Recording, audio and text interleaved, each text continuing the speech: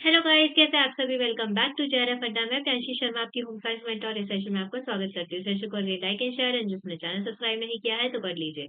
If आप लोग UGC net का प्रिपेयर कर रहे हैं तो मैं आपको पेपर 1 में PD that is people development and environment and paper 2 में होम साइंस कवर कराती हूँ। तो आप throughout the week regular basis पे मेरे साथ जुड़ सकते हैं। और अगर आप दिसंबर अटेम्प्ट को टारगेट कर रहे हैं तो आप मेरे साथ premium UGC and PhD guidance programme में जुड़ सकते हैं, जहाँ पे आपको करियर फेयर, कार्निवल, प्रपोजल कैसे बनाना है उसके प्रति आपको डायरेक्शन अप्रोच आप कैसे कर सकते हैं, teaching internship with handsome stipend भी आपको यहाँ पे देखने को मिल जाएगा। और अगर आप पेपर 2 का बैच लेते हो तो पेपर में बिल्कुल कॉम्प्लीमेंट्री फ्री ऑफ कॉस्ट आपको देखने के लिए मिलेगा। लाइव प्लस रिकॉर्डेड क्लासेस आपको मिल जाएगी, कॉम्प्लीमेंट्री टेस्ट सीरीज 10 ईयर का पीवाईक्यू डिटेल में उनके सॉल्यूशंस के साथ कॉम्प्लीमेंट्री आपको मिल जाएगा। रिसर्च प्रपोजल आपको कैसे बनाना है उसके प्रति सारे गाइडेंस एंड अप्रोच आपको कैसे करना है, सारी चीजें आपको यहाँ पे एकदम कॉम्पैक्ट वे में देखने को मिलने वाली है। तो this is the complete and wholesome thing for you that आप इसको अवेल कर सकते हैं। अभी आपके लिए कोड भी चल रहा है, आप न्यू 10 का इस्तेमाल कर सकते हैं एंड 10% का ऑफ पा सकते हैं। तो लिमिटेड सीट्स अवेलेबल है, जल्दी से जल्दी इस अपॉर्चुनिटी को ग्रास्प कीजिए एंड आपको बहुत ज्यादा फ्रूटफुल इसके रिजल्ट्स आपको देखने को मिलने वाले हैं।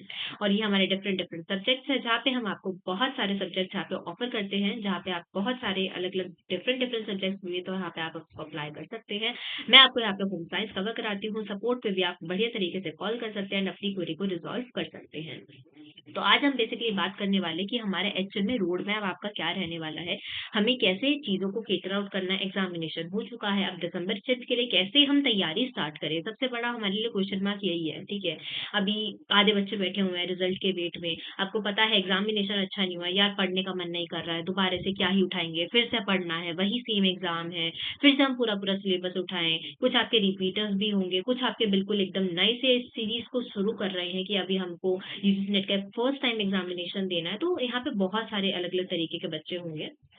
तो आज मैं आपको थोड़ा-सा एक रोड मैप दिखा दूँगी कि आप कैसे चीज़ों को आप कैटर आउट कर सकते हैं। तो फर्स्टली अगर मैं बात करते हुए चलती हूँ, तो जो मेरा एक्सपीरियंस है ना, अगर आपकी देखो एक नींव अच्छी होती है, तो आपका पूरा का पूरा आपका बिल्डिंग, आपका जो पूरा ब्लॉक होता है, वो बहुत ज़्यादा स्ट्रॉन्ग होता है, राइट? एंड सिर्फ ये एक आपका ऐसा नहीं है कि आपने सिर्फ एक नेशनल एलिजिबिलिटी टेस्ट अगर आपने पार कर लिया है, तो दैट्स इट। आपको पीएचडी में भी आपको बहुत ज़्यादा इम्पोर्टेंट होता है। इंटरव्यू में जब आप किसी कॉलेज के इंटरव्यू में असिस्टेंट प्रोफेसर के इंटरव्यू में जाओगे, वही बेसिक चीज़ आपसे पूछी जाएगी। तो आप चीज़ों को ही ऐसे पढ़ते हुए चलो कि आपको बहुत ज़्यादा थॉरो आप डीप डाइव कर लो टॉपिक में एंड आप बहुत अच्छे से उसके बारे में आपको नॉलेज हो। हमें एक क्वालिटी चीज़ पढ़नी है, ना कि क्वांटिटेटिव। तो हम एक क्वालिटेटिव तरीके से सारी चीज़ों को कैटर आउट करते हैं। तो फर्स्टली हम बात करते हुए चलते हैं, और मेरा एक्सपीरियंस आपको एक बहुत बेटर वे में एक आपको एक एक्सपीरियंस बहुत अच्छे से आपको हेल्प आउट करेगा कि हम कैसे चीज़ों को आगे कैटर आउट कर सकते हैं। तो सबसे पहले अगर मैं बात करते हुए चलूँ, अभी-अभी आपने एग्ज़ामिनेशन दिया है, तो फर्स्टली पीवाईक्यू के एनालिसिस से आप ना स्टार्ट करो, ठीक है? आप एक बारी ना आप थोड़ा-सा पिछले रीसेंट ट्रेंड देखते हुए चलो, पीवाईक्यूज़ देखो, आपको थोड़ा-सा ना एहसास हो जाएगा, आपको थोड़ा-सा आइडिया लग जाएगा कि किस तरीके से आपके सवाल पूछे जा रहे हैं। पिछले 10 सालों का आपका क्या ट्रेंड एनालिसिस बना है, किस-किस चीज़ से आपके क्वेश्चन पूछे जा रहे हैं, कौन-सा टॉपिक आपका इम्पोर्टेंट है। जब आप एक पीवाईक्यू एनालिसिस कर लेते हो ना, तो आपको एक ट्रेंड समझ में आ जाता है, यार ये वाला टॉपिक इम्पोर्टेंट है, ये वाली यूनिट इम्पोर्टेंट है, राइट? तो आपको बहुत अच्छे से वो हेल्प आउट होने वाला है। फिर आप अपने सिलेबस को ज़रूर सबसे पहले आपका यही है कि आप अपने सिलेबस को एनालाइज़ करते हुए चलो। आधे लोग तो सिलेबस ही नहीं पढ़ते हैं, ठीक है? ऑलरेडी आपके लिए वीडियो डाल दिया कि आपका सिलेबस क्या है, तो आप सिलेबस वाला वो वीडियो ज़रूर से चेकआउट कर सकते हैं। आपको एनालाइज़ करना है, आपको देखना है कि आपका सिलेबस क्या है, ठीक है? एक्चुअल में सिलेबस क्या है? मोटी-मोटी सबसे ज़्यादा अगर मैं बात करूँ, सबसे ज़्यादा इम्पोर्टेंट यूनिट्स और सबसे ज़्यादा आपकी अगर मतलब थॉरो और सबसे बड़ी यूनिट्स है, that is your unit number 1, 2, 3 and 4, सबसे ज़्यादा बड़ी-बड़ी यूनिट्स आपको ये देखने को मिलेंगी। तो आप ये चीज़ देखो कि आपकी कौन-सी वाली यूनिट आपका स्ट्रॉन्ग है, क्योंकि देखो हमारे में ना स्पेशलाइज़ेशन होता है। फॉर एग्ज़ाम्पल जैसे कि मेरा अपना स्पेशलाइज़ेशन फूड एंड न्यूट्रिशन के अंदर है। हो सकता है आपका टेक्सटाइल के अंदर हो, क्योंकि होम साइंस में बहुत सारी आपकी स्पेशलाइज़ेशन की फ़ील्ड होती हैं। तो हो सकता है अगर आपका टेक्सटाइल के अंदर है या फिर आपका भी फूड्स के अंदर आपने स्पेशलाइज़ेशन किया है, तो आप कैसे कैटर आउट करोगे? तो हमारा वो वाला पार्ट स्ट्रॉन्ग होता है। होम साइंस में यही बच हमारे में होते हैं, क्योंकि हमारे में स्पेशलाइज़ेशन, अब जैसे कि फॉर एग्ज़ाम्पल मेरे टाइम पे ना मेरा टेक्सटाइल वाला यूनिट मेरा स्ट्रॉन्ग नहीं था, क्योंकि मैंने कभी टेक्सटाइल पढ़ा ही नहीं था, तो मेरा टेक्सटाइल नहीं था स्ट्रॉन्ग। मेरा फूड एंड न्यूट्रिशन वाला पार्ट बहुत ज़्यादा स्ट्रॉन्ग था, डायटेटिक्स वाला पार्ट स्ट्रॉन्ग था।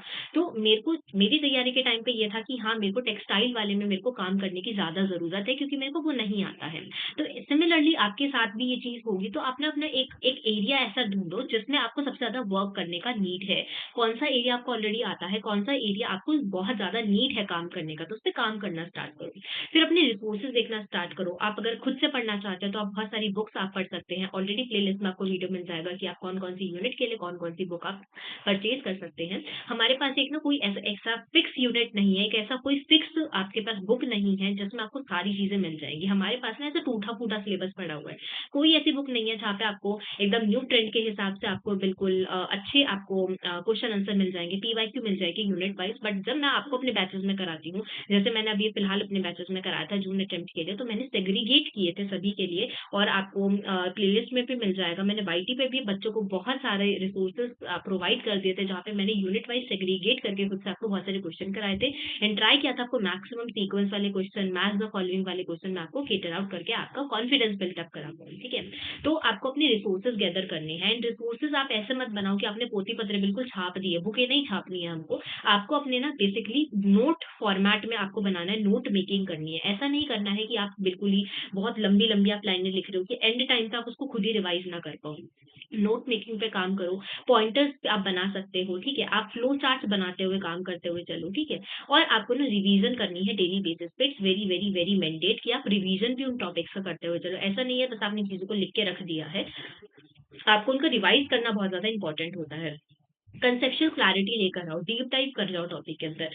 जब तक आपका कंसेप्ट नहीं बना होगा, आपसे कोई भी क्वेश्चन अगर पूछा जाएगा, आप उसको आंसर नहीं कर पाओगे क्योंकि जैसे-जैसे आपकी ट्रेंड आपका सेट होता जा रहा है, एग्ज़ाम आपका थोड़ा-सा आपका डिफ़िकल्ट ही होगा। कभी आपका होगा नहीं कि आपका बिल्कुल ही एकदम लो पेपर आ जाए, हमेशा आपका थोड़ा-थोड़ा कहीं न कहीं आपका डिफ़िकल्टी लेवल आपका बढ़ता हुआ दिखेगा।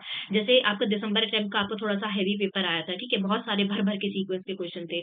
जून में थोड़े-से सीक्वेंस के क्वेश्चन एज़ कंपैरिज़न दिसंबर के अटेम्प्ट के आपके थोड़े से कम थे। बट यहाँ पे इन्होंने डीआई क्या कर दिया इनडायरेक्ट कर दिया। केस स्टडी आपकी दे दी थी बेसिकली आपका आरसी के अंदर केस स्टडी से आपका क्वेश्चन बन गया था। आपका आरसी बिल्कुल डायरेक्ट नहीं था, ठीक है? तो कहीं न कहीं तो देखो ये डिफिकल्टी आपका कहीं न कहीं तो बढ़ाएँगे ही बढ़ाएँगे। आपका 20 टू 30% आपका क्या हो जाता है, आपका बाहर से हल्का पेपर बनता है। आई ऑल्सो अंडरस्टैंड दैट 20% कहीं न कहीं आपका एप्रॉक्स आपका बाहर से जाएगा कि हाँ, ठीक है, इस बार ये वाला टॉपिक आपका नया पूछ लिया। बट आपके हाथ में वो 80 टू 70% पेपर है, तो आप उसमें अपना बेस्ट करना है आपको, ठीक है? तो कंसेप्चुअल क्लैरिटी आपके लिए बहुत ज़्यादा इंपॉर्टेंट हो जाती है। नोट मेकिंग बनाना स्टार्ट करो, वही आए अगेन से पोथी-पत्रे नहीं लिखने हैं, कॉपियाँ नहीं भरनी है, छापनी नहीं है आपको वो कॉपियाँ, आपको बस अपने नोट्स अच्छे से बनाते हुए चलने हैं। आपको डीपर एनालिटिकली सारे टॉपिक्स बहुत अच्छे से आपको पता होने चाहिए कि इसमें किस चीज़ की बात हो रही है, ठीक है? और आप वीकली बेसिस पे अपना प्रैक्टिस भी करते हुए चलोगे, ठीक है? वीकली बेसिस पे आपको प्रैक्टिस ज़रूर करना है। जब मैं आपको यहाँ पे कराना स्टार्ट करूँगी, तो मैं आपका एक दिन ज़रूर ऐसा रखूँगी, जहाँ पे हम चीज़ों को अपना प्रैक्टिस आउट करते हुए चलेंगे। देखो प्रीमियम बैचेज़ के अंदर तो हम अपना बहुत अच्छे से सिलेबस कंप्लीट करने के बाद हम हर यूनिट का अलग से हम पीवाईक्यूज़ तो करते हुए चलते ही हैं, ठीक है? और इस बार मैं आपको बहुत सारे आपके पीवाईक्यू पेपर है पूरे-पूरे वो भी सॉल्व कराने वाली हूँ। तो आपके लिए बहुत ज़्यादा कॉम्पैक्ट रहने वाला है, तो आपको मेरे साथ जुड़े रहना है, अगर आप अपना बहुत अच्छे से एग्ज़ामिनेशन को आप क्लियर करना चाहते हैं। अब होता है आपका फिर आपको बेसिकली डीप डाइव करना है टॉपिक के अंदर। अब जब आपका टाइम पीरियड ऐसा आ जाएगा कि आपने 1, 2, 3, 4 यूनिट कर लिया है, या तो आप एक काम कर सकते हैं, आप यूनिट वाइज़ आप सबसे बेस्ट ऑप्शन तो देखो यही होता है कि आप ना यूनिट वाइज़ आप एमसीक्यूज़ अपने पीवाईक्यूज़ को सॉल्व करते हुए चलो, ताकि आपका कॉन्फिडेंस बिल्ट अप होता रहेगा कि हाँ, इस वाली चीज़ में आपका ऐसा पूछा जाता है, ये आपका ट्रेंड आ रहा है, तो आपको थोड़ा-सा आइडिया भी लग जाता है, कॉन्फिडेंस बूस्ट अप होता है। तो यूनिट वाइज़ अगर आप पीवाईक्यूज़ कर लोगे ना, आपका यूनिट भी खत्म हो जाएगा, पीवाईक्यूज़ भी खत्म हो जाएगा, तो एक आपका ना फुल कॉम्पैक्ट तरीके से आपका पूरा वो खत्म हो जाता है, ठीक है? जब आपका एंड वो आपका आना स्टार्ट हो जाएगा, आपका नवंबर-दिसंबर का जब आपका टाइम पीरियड होगा, ठीक है? आप ये कह सकते हैं पूरे नवंबर तो आप ये सोच लीजिएगा कि आपको भर-भर के मॉक ही लगाने हैं, ठीक है? क्योंकि बहुत सारे बच्चे ऐसे होते हैं जिनको ना अभी उन्होंने सीबीटी मोड में एग्ज़ामिनेशन ही नहीं दिया होता है। वो 3 घंटा उनको ऐसा लगता है कि यार हम तो सिर्फ़ पेपर 2 ही कर पाए, मेरा पूरा पेपर 1 छूट गया, यार मेरा तो पूरा का पूरा 30 क्वेश्चन छूट गए, मैं तो आगे कैटर नहीं कर पाई। तो ये सारी चीज़ें भी आपको ना बहुत बच्चों के साथ ये होता है। तो इसको डील करने का सबसे बेस्ट तरीका है आपका लैक ऑफ प्रैक्टिस की वजह से ये हो रहा है, तो आपको मॉक टेस्ट देने हैं। जितने ज़्यादा आप मॉक दोगे, उतनी ज़्यादा आपको ना एक टाइम मैनेजमेंट करना आ जाएगा। तो यहाँ से आपको टाइम मैनेजमेंट भी सीखना है। अपनी परफॉर्मेंस को एनालाइज़ करते हुए चलो, यार मेरा ये वाला यूनिट थोड़ा-सा कमज़ोर है, मेरे को इस वाले यूनिट में थोड़ा-सा काम करने की ज़रूरत है। जब आप मॉक टेस्ट देते हो तो आपको ये चीज़ पता लग जाती है कि यार चॉइस एलिमिनेशन में कैसे लगा सकता हूँ या कैसे लगा सकती हूँ, टाइम को कैसे मैनेज करना है, हम इस वाले क्वेश्चन को कैसे आप टेकर आउट कर सकते हो, आप कैसे उसको टैकल कर सकते हो, सीक्वेंस वाले क्वेश्चन को हमको कैसे अप्रोच करना होता है, ऑप्शन एलिमिनेशन से हमको कैसे खेलना होता है, तो ये सारी चीज़ें आप सीख जाओगे। आपको ये पता लग जाएगा कि आपका वीकर एरिया कौन-सा है। फॉर एग्ज़ाम्पल जब मैंने अपनी तैयारी स्टार्ट करी थी, मेरे को पता लग गया था यार मेरा वीकर एरिया है मेरा टेक्सटाइल, मेरे को नहीं आता है। मेरा वीकर एरिया है मेरा डीआई वाला, मेरा थोड़ा-सा मैथ्स वाला पोर्शन, मेरे को उस पे काम करने की ज़रूरत है। मेरे को मेरा वीकर पोर्शन है, मैंने कभी नहीं पढ़ा था हायर एजुकेशन, तो मेरे को हायर एजुकेशन मेरा वीकर पार्ट है। तो जब आप करोगे जभी तो पता लगेगा ना भाई। तो सिलेबस देखो उसके बाद आप अपने वीकर एरिया भी थोड़े से देखते हुए चलो। जब मैंने क्वेश्चन्स करे तो मेरे को ये चीज़ एहसास हुई कि यार मेरा ना टेक्सटाइल वाला भयंकर सीन है, मेरे को टेक्सटाइल में बहुत ज़्यादा काम करने की ज़रूरत है, प्लस मेरे डीआई वाले पे मेरे को थोड़ा-सा काम करने की ज़्यादा ज़रूरत है, क्योंकि मैंने डीआई में मेरा थोड़ा-सा एफिशिएंसी मेरे को एक्यूरेसी चाहिए होती है, राइट? अगर हम इस वाले अटेम्प्ट की बात करेंगे जो अभी आपका जून का अटेम्प्ट हुआ था, इसमें आपका जो डीआई था वो बहुत, बहुत, बहुत ज़्यादा भयंकर था, मतलब निकला ही नहीं था। तो उसमें तो मेरा और कॉन्फिडेंस बहुत ज़्यादा डाउन हो गया, यार डीआई तो बड़ा ही टफ है, डीआई में और मेहनत की ज़रूरत है, राइट? तो आपको ना अपना स्पीड और अपना एक्यूरेसी आपको बहुत ज़्यादा इंक्रीज़ करने की ज़रूरत है। जितना ज़्यादा आप अपनी स्पीड पे काम करोगे, जितना ज़्यादा और वो 3 घंटे में आपको ना इतना जब ऐसे टिक-टिक या जब घड़ी उल्टी चल रही होती है, आपको पता होता है यार कम, कम, कम, कम टाइम होता जा रहा है। उस 3 घंटे में आपको कैसे कैटर आउट करना है, खुद को कैसे हैंडल करना है, वो बहुत ज़्यादा आपके लिए ज़रूरी हो जाता है। नेक्स्ट हम बात करते हैं आपको रिवीज़न आपको कैसे करना है। सो आप थॉरो रिवीज़न आप टाइम टू टाइम करते हुए चलो, अपने टारगेट सेट कर लो, अपने वीकली टारगेट सेट कर लो। फॉर एग्ज़ाम्पल जैसे कि आपने इस वीक के अंदर आपने ना यूनिट नंबर 1 को आपने कैटर आउट किया, ठीक है? जितना आपने अपने नोट्स बनाए हैं, जितने आपने मैंने आपको पढ़ाया तो जितना जिस भी एजुकेटर की आप क्लासेस देखते हो भाई, ठीक है? जितना भी उसने आपको कवर कराया ना, उसका आपको वीक में 1 दिन अपना बिठा लो, कि इस दिन बैठ के मेरे को रिवाइज़ करना है, नहीं तो चीज़ें बहुत ज़्यादा पाइल अप होती जाएँगी और आखिरी में इतना ज़्यादा हो जाएगा कि आपको समझ में ही नहीं आएगा। एक बार में हमको नहीं होता, एक बार में हमने चीज़ें करी हमारे दिमाग में सेट ऑन हो गया, आपको चीज़ों को बार-बार, बार-बार रिवाइज़ करना होता है। तो अपने वीकली टारगेट रखो, अपने मंथली टारगेट ज़रूर सेट ऑन करते हुए चलो। मंथली अगर आप टारगेट सेट ऑन करोगे फॉर एग्ज़ाम्पल 1 मंथ के अंदर अगर आप अपनी 2 यूनिट कवर कर लेते हो, तो उन 2 यूनिट को आपको उस मंथ में रिवाइज़ करना है at the end of the month, ठीक है? तो ऐसे करते हुए आपको ज़रूर चलना है। मॉक टेस्ट आप ज़रूर देते हुए चलो, यूनिट वाइज़ दे दोगे बेटर ऑप्शन रहेगा। मैं आपको ये चीज़ बोलूँगी कि आप ना लास्ट में अक्टूबर से नवंबर वाला टाइम तो अपना पूरा का पूरा मॉक टेस्ट पे डिवोट कर देना, ठीक है? भर-भर के मॉक दे देना। आपको साथ-साथ में आपके वीकर ए सेक्शंस भी, वीकर एरियाज़ भी आपको पता लगते हुए चलेंगे। रिफाइन करो अपने एग्ज़ाम की स्ट्रैटेजीज़ को। आपको ना क्वालिटेटिव पढ़ना है। हमेशा ये ज़रूरी नहीं होता कि आप सारी चीज़ें पढ़ो।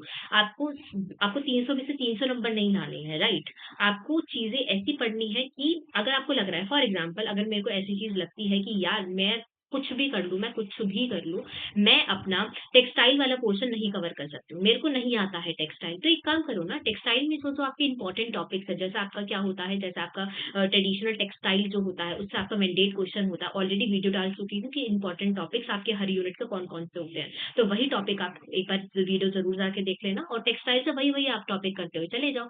कितना बेहतर ऑप्शन नहीं हो जाएगा आपके पास? सिर्फ वही-वही टॉपिक करके खत्म हो गया। नहीं करना है सारा, ठीक है? इतना लोड क्यों ले रहे हो? बाकी यूनिट्स पे उस टाइम को डिवोट करो जहाँ पे आपको पता है आप 100% अपना मार्क्स लेकर आ सकते हो, राइट? अपना स्ट्रेस और कॉन्फिडेंस बिल्डिंग आपका हो जाता है। Paper 1 is a game changer. देखो पेपर 1 आपका गेम चेंजर लिटरली है, इट इज़ अ सेवियर। तो पेपर 1 पे बहुत-बहुत मेहनत करनी है। सिर्फ ये नहीं कि सिर्फ पेपर 2 कर रहे हो पूरा-पूरा दिन बैठ के, ऐसा नहीं है। दिन में डिवाइड अभी से करते हुए चलो, अपना टाइम शेड्यूल अभी से बना लो क्योंकि 6 महीना देखो चाहिए ही चाहिए इस एग्ज़ाम को क्वालीफाई करने के लिए। कुछ बच्चे आपको बोलते होंगे, "यार हमारा तो 1 महीने में क्वालीफाई हो गया, मैंने तो कुछ पढ़ा ही नहीं था, 15 दिन में ऐसे ही क्वालीफाई हो गया।" बहुत बच्चे बोलते हैं। यार उनका कहीं न कहीं बीएससी और एमएससी में उनका बहुत ज़्यादा आपका ये कह सकते हैं कि उनका बहुत ज़्यादा एनालिटिकल थिंकिंग डेवलप हो चुका था, वो वहाँ पे बहुत अच्छे से पढ़ चुके थे, राइट? और ऐसा नहीं होता है, किसी का किसी ना किसी वे से आपका ज़रूर से आपको सिलेबस पूरा का पूरा कवर करना पड़ेगा, तो 5 से 6 महीना आपके बहुत ज़्यादा इम्पोर्टेंट है। टाइम टेबल बना लो, खुद को थोड़ा-सा रिफ्लेक्ट कर लो and I also know that आपका एन्जॉय करना भी इम्पोर्टेंट है। कुछ दिन आप एन्जॉय भी कर लो बट आप अपना पैक्ट करके शेड्यूल ज़रूर से बना लो। ये this is the right time जब आप अभी से चीज़ों को स्टार्ट ऑन कर सकते हो। पेपर 1 प्लस पेपर 2 को अलग से टाइम डिवोट कर देना। आप पेपर 1 जस्ट फॉर एग्ज़ाम्पल जैसे मेरे केस में था ना तो मैं यूजुअली क्या करती थी, मैं पेपर 1 को अपना डे टाइम पे रखती थी एंड पेपर 2 को मैं अपना नाइट टाइम पे रखती थी। मैं ऐसे करके अपना बहुत अच्छे से रिवाइज़ करते हुए चलती थी क्योंकि मेरे को पता है दिन में मैं ना जैसे हायर एजुकेशन जैसे सब्जेक्ट है वो उसको अच्छे से लर्न कर सकती हूँ और घर में थोड़ी-सी चहल-पहल भी रहती है। तो उस टाइम पे मैं अपना मैथ्स कर लिया, डीआई कर लिया, तो ये सब क्वेश्चन्स मैं आराम से लगा सकती हूँ। और पेपर 2 मैं हमेशा रात के टाइम पे अपना अटेम्प्ट करने का ट्राई करती हूँ, क्योंकि रात के टाइम पे थोड़ा-सा घर में शोर कम होता है। तो हम बहुत अच्छे से चीज़ों को कैटर आउट कर सकते हैं। तो पेपर 1 की महत्वता को समझिए, इम्पोर्टेंट बहुत ज़्यादा है। वही आपकी जान बचा सकता है, सेवियर है। रिवीजन पे अच्छे से फोकस करते हुए चलो, लास्ट टाइम पे जब आपका हो जाएगा ना कि आपका नवंबर, आपका दिसंबर का टाइम पीरियड हो जाएगा, जब उस टाइम पीरियड के टाइम पे आप रिवीजन बहुत अच्छे से करिएगा, मॉक टेस्ट दीजिएगा, डॉक्यूमेंटेशन जो भी आप अपने डॉक्यूमेंट्स आपने बनाए हैं, ठीक है? जो भी आपने अपने नोट्स बनाए हैं, बेसिकली यू कैन से जो आपके नोट्स हैं, उसको बहुत अच्छे से आपको रिवाइज़ करना है, जो भी आपने फ्लो चार्ट्स के रूप में, आपने जो पॉइंटर्स के रूप में चीज़ों को बनाया है, उसको अच्छे से कैटर आउट कीजिए और अपना स्टे काम होते हुए सारी चीज़ों को बहुत अच्छे से एक आपको कैटर आउट करते हुए चलना है। So this is the complete road map कि आप इन 5 से 6 महीने आप चीज़ों को कैसे कैटर आउट कर सकते हो। और आपके लिए ऑफलाइन क्लासेस भी आपके लिए स्टार्ट हो चुकी हैं। अगर आप जयपुर या नियर बाय एरिया में रहते हैं, तो आप हमारे साथ जुड़ सकते हैं और ये हमारे डिफरेंट प्लेटफ़ॉर्म रहेंगे, जहाँ पे आप हम लोगों के साथ जॉइन कर सकते हैं। So this is it from my side and और आपको क्या-क्या चीज़ें के ऊपर आपको किन-किन टॉपिक्स के ऊपर बेसिकली आप चाहते हैं, मैम इस टॉपिक से रिलेटेड हमें थोड़ा-सा गाइड कर दीजिए, तो please let me know in the comment section. मैं आपको ज़रूर इस टॉपिक से रिलेटेड आपके लिए ऐसे ही आपके लिए शॉर्ट लेकर आ जाऊँगी, जहाँ पे आप मेरे साथ जुड़ सकते हैं एंड आपके डाउट्स भी बहुत अच्छे से क्लियर आउट हो जाएँगे। So thank you so much guys, class कैसा लगा प्लीज़ कमेंट सेक्शन में ज़रूर बताइएगा। Do like and share the session guys. Thank you so much guys, bye bye, take care, have a good day. तो मिलते हैं नेक्स्ट क्लास में।